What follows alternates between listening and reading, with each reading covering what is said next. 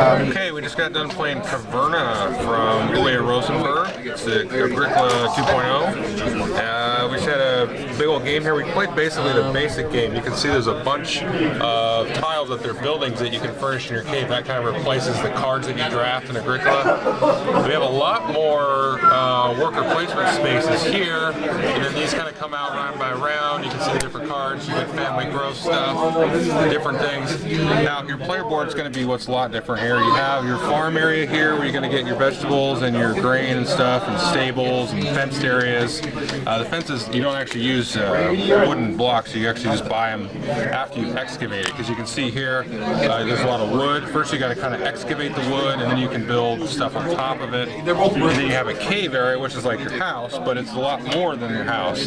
You've got to excavate this stuff too, so you can excavate this kind of stuff. The empty spaces you can put different rooms and dwellings in, or you can have these little crossroads here, and these you can have mines in. So you can ore mines, and then you can have ruby mines here, like that. And you can see these spaces come with points. You basically got to fill it up. You want to have all different types of animals and grains and all that stuff.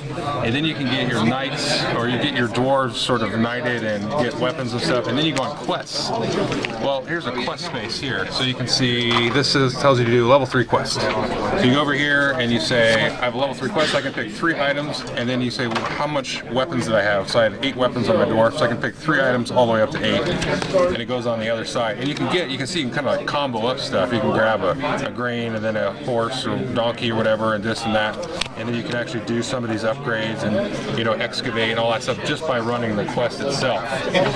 So let's get some thoughts of the players here. Matt? Yes. What did you think of it? I liked it a lot. It had a lot of the basics of Agricola, but then built off of that. It doesn't have the cards, so we didn't have to spend all the time at the beginning figuring out what cards to pick. We just jumped right in.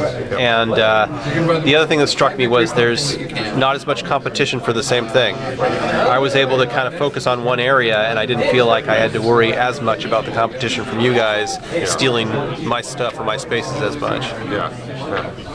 And Greg, what did you think of it? I loved it. I got crushed, and I still loved it. Yeah. I love the new weapons and expedition feature. It really makes it so that you can do something that's totally different, where in Agricola a lot of the time it felt like you were kind of doing the same thing every game, at least a little bit. This game, it seems like you can kind of go take a lot of different directions every game. Yeah, I had a blast. I was like kind of surprised how much I enjoyed it. Like, I started off doing a little bit of farming because Greg and Matt were over here getting the weapons and doing the quests, and I just couldn't get in there, so I kind of let it go. Then I spent some time building up, and then kind of getting the quest guys going, and then was able to really make a ton of points out of this weapon, or not that one, the beer parlor, and converting my hay into food when I needed to feed, and also at the very end getting a bunch of points. One thing that's kind of crazy is you actually have like random harvests that come up.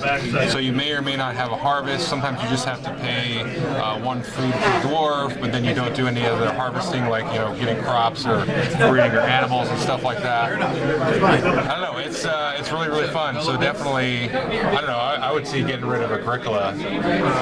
You know, I could justify that, because if you look over here, let's just take a look. So this is the basic board here, like the family game, and then you flip that over and you have all of these buildings here.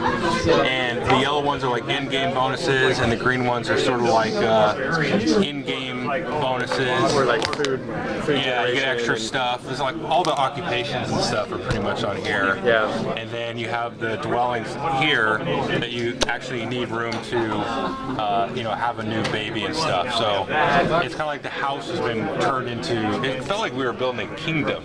Yeah. More than like just a farm. It was like you had just all this kinds of different stuff going on. And unlike, well, in contrast with Agricola, Matt, who came in second, only built 2 family members. Yeah, Yeah. it wasn't the big rush to grow the family. Yeah. Especially, I think, with the expeditions, like, you can get a lot of extra actions out of the expeditions just because from all the stuff you get is you get more weapons and You get a ton of stuff. spots come out. Well, that didn't help me. Yeah, you can totally get a bunch of stuff. And like you said, I think we each had 3 workers. Yep. 3 dwarves, and he had 2. Yep. And you only get 1 point for per worker. Yeah, instead of 3. Yeah, so it's not a huge points. Okay, well that is Caverna. Thanks.